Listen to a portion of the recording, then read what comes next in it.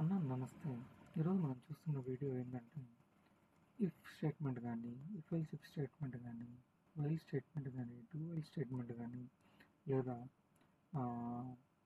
For statement కానీ అసలు ఎందుకు యూజ్ చేస్తారనేది చూద్దాం. ఇప్పుడు ఇఫ్ ఎల్స్ స్టేట్మెంట్ అనేది ఒక కండిషన్ ఏదైనా ఒకటి సాటిస్ఫై అయ్యి, ఒకవేళ ఇన్ కేస్ అది కాకుండా నెక్స్ట్ కండిషన్ అనమాట, ఫైనల్ కండిషన్.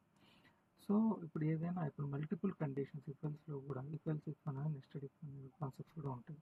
అంటే మల్టిపుల్ కాన్సెప్ట్స్ కండిషన్స్ అనేది చెక్ చేసుకుంటూ వెళ్తుంది.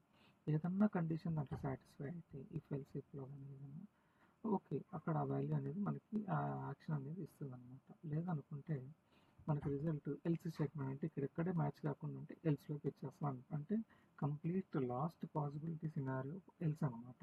ఇక్కడ కాదు ఏంటంటే ఇంక ఎల్స్ తప్పకుండా ఏ వాల్యూ ఉండదు అనమాట ఎల్స్లో. ఫర్ కండిషన్ ఏంటంటే లూప్ ఇటరేషన్స్ అనమాట.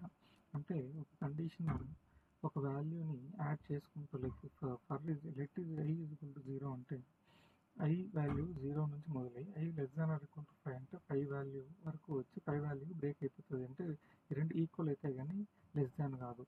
సో ఐ ప్లస్ ప్లస్ అంటే ఎందుకు 0 నుంచి 5 వరకు ఎట్లా వెళ్తుందంటే ఈ ఇటరేషన్స్ అనమాట.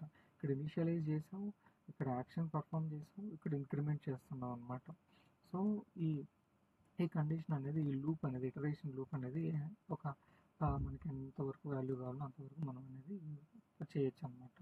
So let I equal to 0 ఇచ్చి వైల్ కూడా అంతే అనమాట. ఇక్కడ ఇనిషియలైజేషన్ ఏముండవు, ఐ అనేది ఫస్ట్ ఇనిషియలైజ్ చేస్తాం, తర్వాత ఇక్కడ ఇచ్చి I less than or equal to 5 అని I less than or equal to 5 అంటే ఐ లెస్ దాన్ 5 వరకు అది కండిషన్ అనేది లూప్ పోతూ ఉంటుంది, దాని వాల్యూ అనేది ఇస్తూ ఉంటుంది.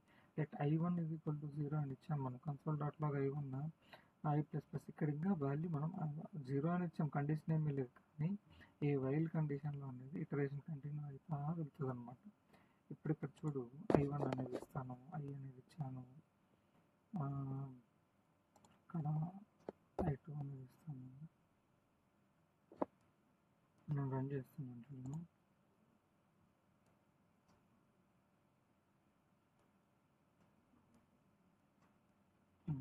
నాకు వచ్చిన ఫస్ట్ వాల్యూ ఏంటంటే మనం ఇఫ్ కండిషన్ ఎవరు అని అడగండి, ఎందుకంటే 20 కంటే ఎక్కువ ఉన్నాం కాబట్టి.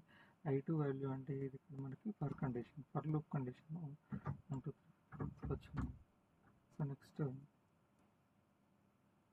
వైల్ కండిషన్ 0 నుంచి 4 వరకు. నెక్స్ట్ డూవల్ కండిషన్ కంటిన్యూస్ రిపిటేషన్ అనమాట. ఆ 0 అనే వాల్యూని కంటిన్యూస్గా క్యాలిక్యులేట్ చేసుకుంటూ వెళ్ళింది చూడండి.